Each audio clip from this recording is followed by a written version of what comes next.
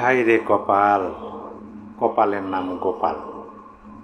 আমরা এই কথাটা শুনে আসছি ছোট থেকে যে কপালের নাম গোপাল, কিন্তু আমাদের কালচারটা হলো এরকম যে আমরা সব কিছু কপালের দোষ দিই।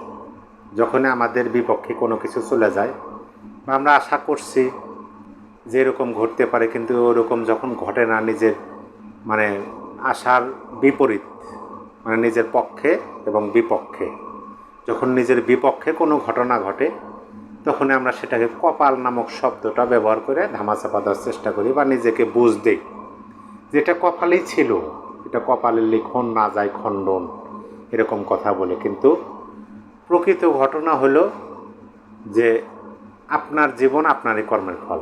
আমি যে কর্ম কর্ম সেই কর্মের ফলে আমাকে ভোগ করা লাগবে। কয়েকদিন আগে এই জন্য বলতেছি যে 1 বছরে এখনো পূর্ণই হয় নাই যে শিক্ষার্থীরা আন্দোলন করলো, কইরা এদেরকে ক্ষমতায় বসাইল, সেই শিক্ষার্থীরা এখন তাদের চোখের সামনে মুখের উপর ভুয়া স্লোগান দিতেছে।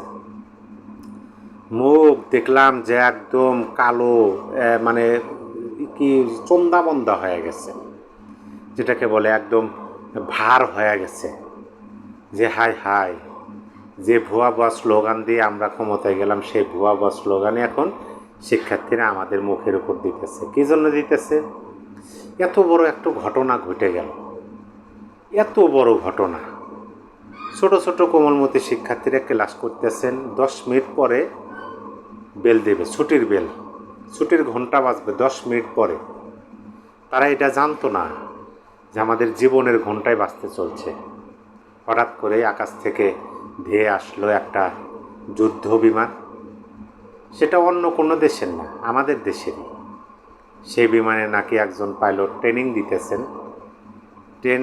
ট্রেনিং দেওয়ার জন্য যে বিমান ব্যবহৃত হয়, অবশ্য সেটা 2006 সালের অনেক পুরনো মডেলের।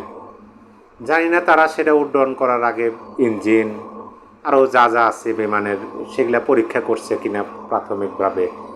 যেমন ধরেন, আপনি যদি মোটর সাইকেলও চালান, সকালবেলা স্টার্ট দেওয়ার পরে কিন্তু পিক আপ বাড়ি দিয়ে দেখা লাগে ইঞ্জিনের সাউন্ড ঠিক আছে কিনা, গিয়ারটা কাজ করতেছে কিনা, হর্ন ঠিক আছে কিনা, এগুলো কিন্তু আমরা পরীক্ষা করি। তারপরে কিন্তু আমরা গিয়ার ফেলায় আমরা চলতে শুরু করি। কিন্তু আমার মনে হয় যে এই বিমানটা তারা করে নাই, তারা পরীক্ষা নিরীক্ষা করে নাই, এরকমই বোধ হয়। কারণ উড়াল দেওয়ার কিছুক্ষণের মধ্যে সেটা আবার আছড়ে পড়ল। বেচারা পাইলট শিক্ষানবিশ, তিনি কেবল ট্রেনিং দিতেছেন, তার প্রাণটাও চলে গেল। অবশ্য বাংলাদেশের মিডিয়া সেটা ঢালাওভাবে প্রচার করতেছে, কিন্তু যারা প্রাণ দিল, যে শিক্ষার্থীরা প্রাণ হারাইল, তাদের জানাজা, তাদের কবরস্থ, এগুলা প্রচার হচ্ছে না। প্রচার হচ্ছে সেই বিমান বাহিনীর সৈনিকের। যাই হোক, যে কথাটা বলার জন্য আসলাম, যে জনাব আসিফ নজরুল তিনি অপমানিত হলেন, তাকে ভুয়া স্লোগান দেওয়া হলো। অবশ্যই এটা আপনি বলতে পারেন যে এটা তো স্বাভাবিক বিষয়, কারণ 5ই আগস্টের পরে তো বর্তমান সরকারের অনেকেই ভুয়া স্লোগান শুনছেন। তারপরে আপনার আমাদের সেনাবাহিনী পর্যন্ত ভুয়া স্লোগান শুনছেন। পুলিশ বাহিনীর সামনে তো অনর্গলভাবে ভুয়া স্লোগান দেওয়া হয়। কিন্তু এই প্রথম আসিফ নজরুল স্যারের মুখের সামনে চোখে চোখ রেখে হাতে তালি দিতে দিতে শিক্ষার্থীরা ভুয়া স্লোগান দিল। আসিফ নজরুল স্যারের মুখের দিকে তাকায় আমার মায়া হলো। এই জন্য মায়া হলো যে তারা যে কর্ম করছে, এই কর্মের ফল এখনই তারা ভোগ করা শুরু করছে। ওখানে যে ঘটনাটা ঘটছে, তাৎক্ষণিকভাবে প্রধান উপদেষ্টার যাওয়া উচিত ছিল, স্বরাষ্ট্র উপদেষ্টার যাওয়া উচিত ছিল, আইন উপদেষ্টার যাওয়া উচিত ছিল, এবং ছাত্র প্রতিনিধি যারা আছেন সরকারে তাদেরও যাওয়া উচিত ছিল, কারণ ওটা একটা শিক্ষা প্রতিষ্ঠানের উপর বিমানটা গিয়ে আশ্রয় করছে। অথচ তারা কেউই যান নাই।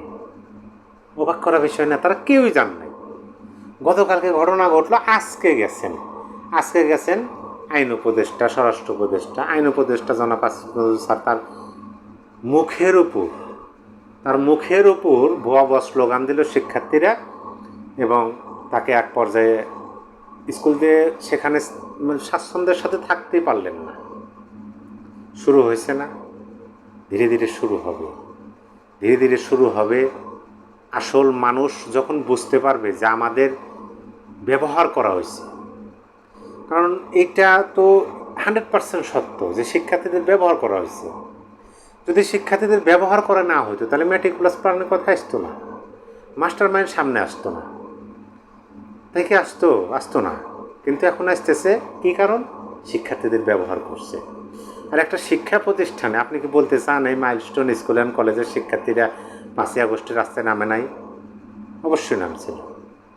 আর তাদের উপরে এরকম একটা মানে কি বলে হঠাৎ করে আসমান থেকে কি মৃত্যুর দূত নেমে আসলো স্কুলের ভবনে, কত নিরীহ নিষ্পাপ কোমলমতি শিক্ষার্থী প্রাণ হারাইল। আর সেইখানে তারা 11 জুলাই ঘটনা ঘটছে, 12 জুলাই গেছে, মানে ভিআইপি, যার কারণে একটু পরে গেছেন, যার কারণে ভুয়া ভুয়া স্লোগান চলছে। কপালের দোষ দিয়ে লাভ হবে না, এটা হচ্ছে কর্মের ফল ভোগ করা লাগবে। তবে এত দ্রুত তারা কর্মের ফলটা ভোগ করা শুরু করবো সেটা ধারণার বাইরে ছিল।